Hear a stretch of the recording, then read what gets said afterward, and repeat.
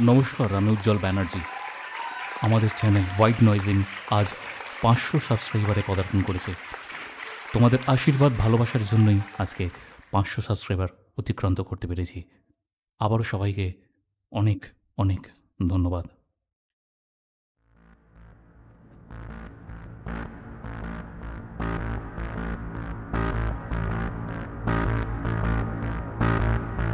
স্বচক্ষে এরকম কোনো জিনিস যে দেখছি, এটা আমার কাছে যে কত বড় আনন্দদায়ক।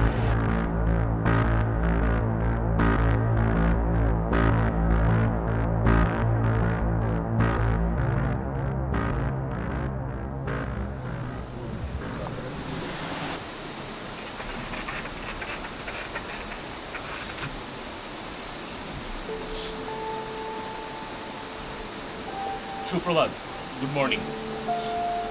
এখন সকাল 8টা বেজে গেছে।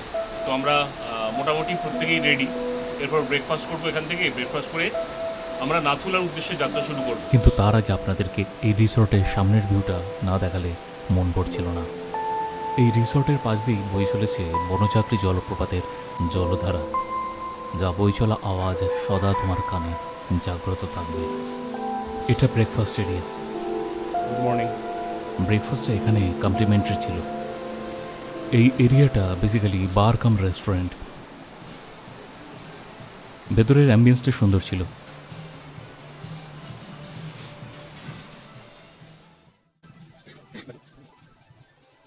আমাদের সেদিন ব্রেকফাস্টে ছিল যথারীতি ব্রেডের সাথে বাটার, জ্যাম, স্যান্ডউইচ, পুরি সবজি, পোহা, বয়েলড এগ, কফি এবং ফ্রুট জুস। বয়ে চলা অবিরত জলের ধারাকে দেখতে দেখতে এবং তার আওয়াজ শুনতে শুনতে মনে হচ্ছিল একবার জলপ্রপাতের কাছে যাওয়া দরকার। তো খাওয়া শেষ করে আমরা এই সিঁড়ি দিয়ে জাস্ট নিচে নামলাম।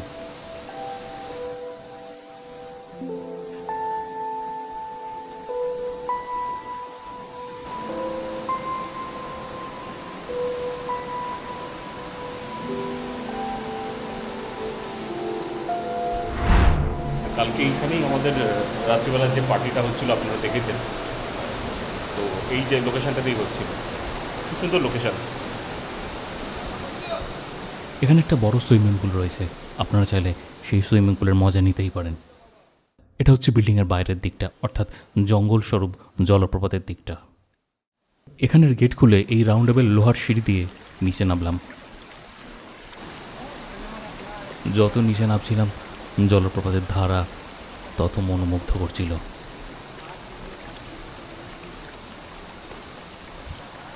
অবিরাম বয়ে চলা জলের শব্দ কার না ভালো লাগে বলুন তো।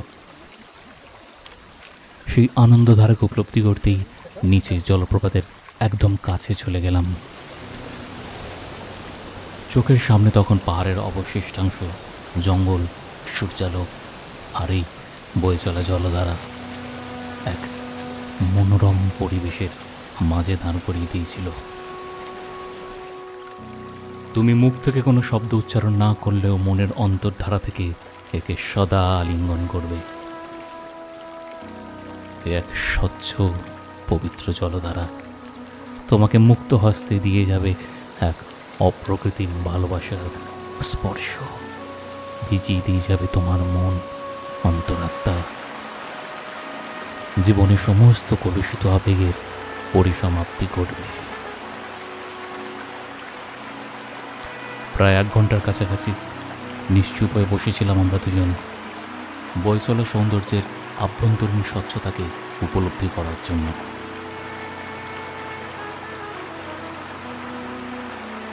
ততক্ষণে সবাই রেডি। এরপর ওপর থেকে ডাক আসতে রওনা দিলাম আমাদের সবার আকাঙ্ক্ষিত সেই নাথুলার উদ্দেশ্যে।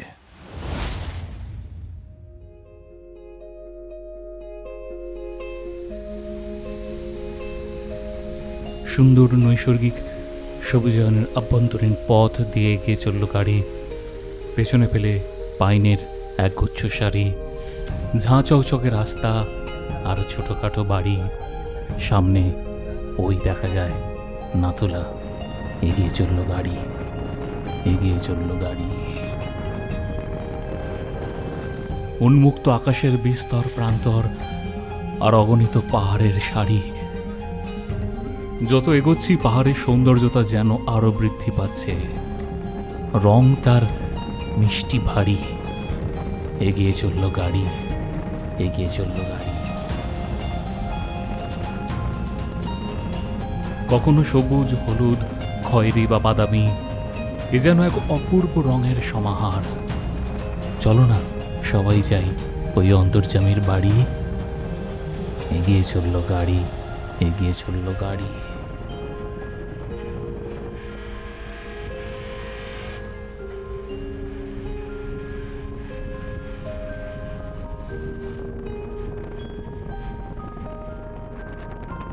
ফাঁকা রাস্তা দিয়ে গাড়ি তখন নিজের মতন ছুটে চলেছে। চারপাশের এই নৈসর্গিক শোভা শুধু আমি নয়, আশা করি তোমরাও সমানভাবে উপলব্ধি করছো।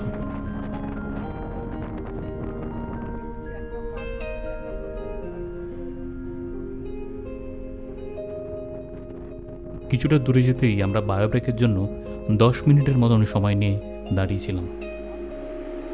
প্রকৃতির কোলে এক অদ্ভুত রকম বাতাস তখন বইছিল। যত উপরের দিকে উঠছি ঠান্ডার প্রকোপটা তত বৃদ্ধি পাচ্ছে। উষ্ণ শরীর ক্রমশ শীতলতার ছোঁয়াকে গায়ে মাখতে মাখতে আবার এগোতে শুরু করলো।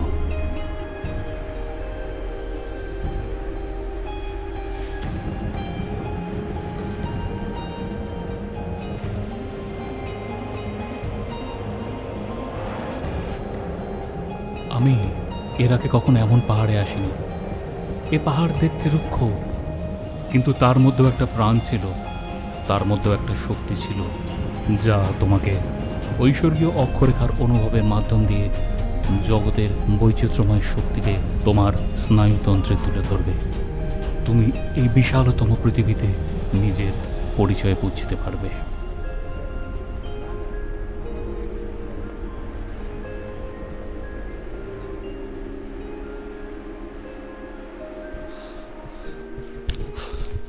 নাথুলা যাওয়ার পথে একটা জায়গায় দাঁড়িয়েছি, প্রচণ্ড ঠান্ডা এখানে, আর পুরো রাস্তাটাই ফাঁকা, খুব একটা বেশি গাড়ি ঘোড়া যায় না, বাট যারা এখানেই যায় তারাই আর কি। আর এখানে একটা ছোট রেস্টুরেন্ট মতন আছে।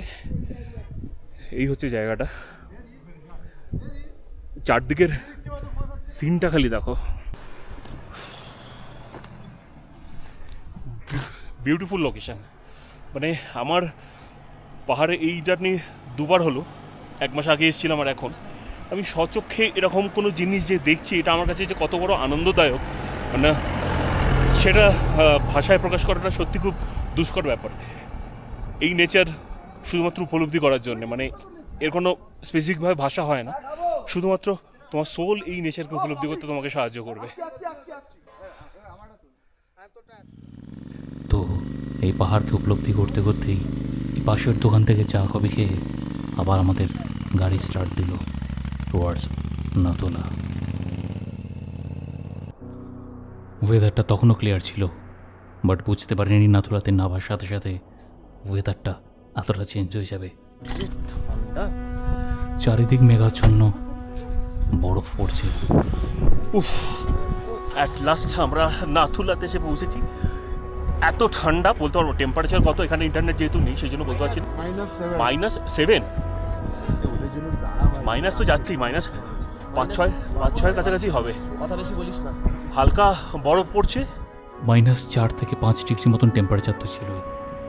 আমি একটা কথা ভাবছিলাম, আমাদের দেশের সৈন্যরা অর্থাৎ ইন্ডিয়ান আর্মির লোকেরা যেভাবে 24 ঘন্টা এইখানে দেশের রক্ষার্থে নিজেদের জীবনকে উৎসর্গ করে পাহারা দিয়ে চলেছে, তাদের কথা। অস্বাভাবিক ঠান্ডা। এই যে এখানে নাথুলা লেখা আছে, ওয়েলকাম টু নাথুলা। রাইট সাইডের সাদা দাগ থেকে ক্যামেরার নিষেধাজ্ঞা, তাই ভিডিও দেখাতে পারলাম না। আমাদের প্রাণের দেশ আর দেশের আর্মি, সত্যি তাদেরকে শতকোটি প্রণাম।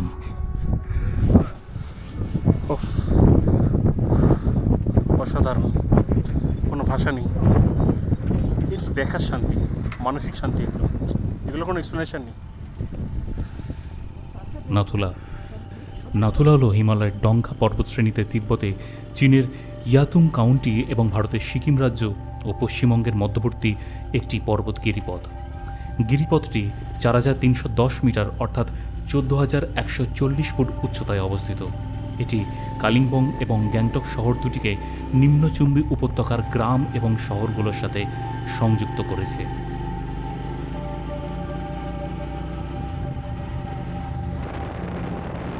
নাথুলা ইন্দো চায়না বর্ডার দেখা শেষ করে আবার আমাদের যাত্রা শুরু হলো। এক অপরূপ সুন্দর অভিভূত রঙের পাহাড়কে সাক্ষী রেখে গাড়ি ক্রমশ এগিয়ে চলল ছাঙ্গু লেকের দিকে।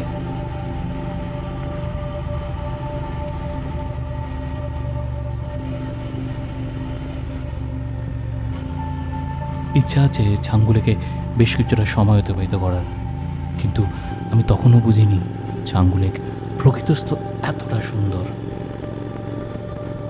টেম্পারেচার তখন -4 কি 5। প্রচণ্ড রকমভাবে ঠান্ডা হাওয়া বইছিল। মুখ খুলতেই কেমন যেন লাংসে ঠান্ডা বাতাস প্রবেশ করে গেল।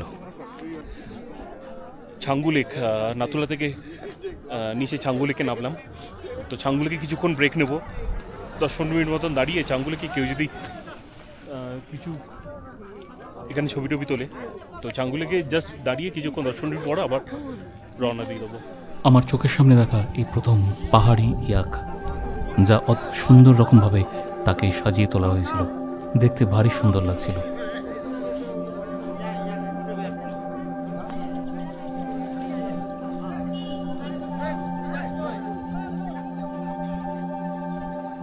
কি এটা জাস্ট স্বর্গ, লিটারেলি এত সুন্দর পরিবেশ। এগুলো খালি চোখে দেখে যে মজাটা পাওয়া যায় না, সত্যি কথা বলছি, মানে ক্যামেরা সেই ক্যাপচারিং ক্যাপাসিটিটা তো ক্যামেরা থাকে না, এটা আলাদাই আনন্দ।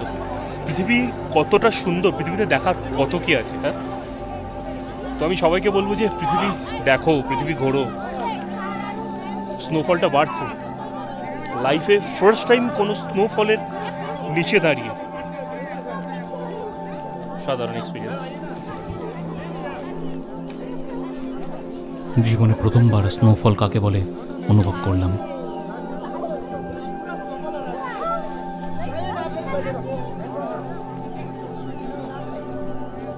স্নোফলটা হচ্ছে গায়ে দেখো, এক মনোরম পরিবেশ, চারপাশের এত বড় বড় পাহাড় আর ছাঙ্গুর পরিদর্শন।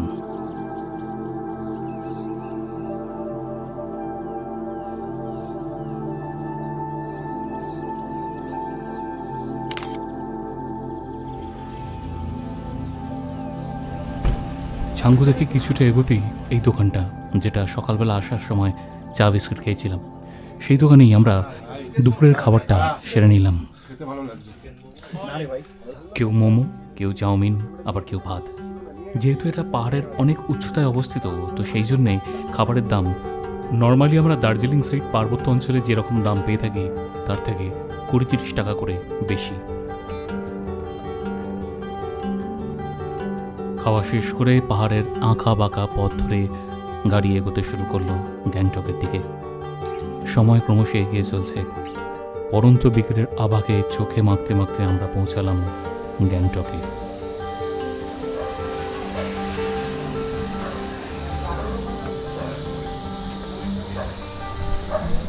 আমরা গ্যাংটকে চলে এসেছি। তো গ্যাংটকে একটা ট্যাক্সি স্ট্যান্ড আছে, ওখানে নামিয়ে দিল। তো এখান থেকে এবার আমরা হেঁটে গ্যাংটক মেলার দিকে যাব। তো ওখান থেকে তারপরে কিছু একটা খাবার দাবার খেয়ে তারপরে হোটেলের দিকে গাড়ি করে যাব। এখান থেকে প্রায় 20 থেকে 25 মিনিট দূরত্বে এমজি মার্গ, এবং রাস্তাটা ক্রমশ নিচের দিকে চলে গেছে। হাঁটতে মজাই লাগছিল।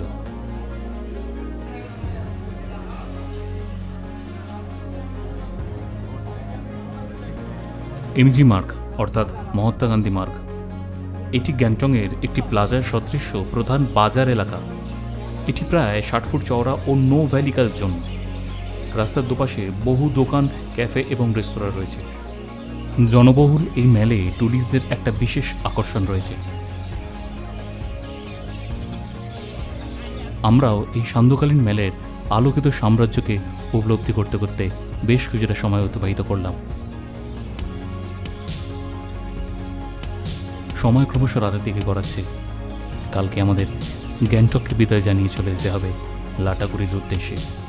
তাই খুব বেশি দেরি না করে আমরা রওনা দিলাম আমাদের হোটেলের উদ্দেশ্যে। আজকের ভিডিওর পর্বটা এইখানেই শেষ করলাম। তোমাদের নাথুলা পর্ব কেমন লাগলো প্লিজ কমেন্ট করে জানিও।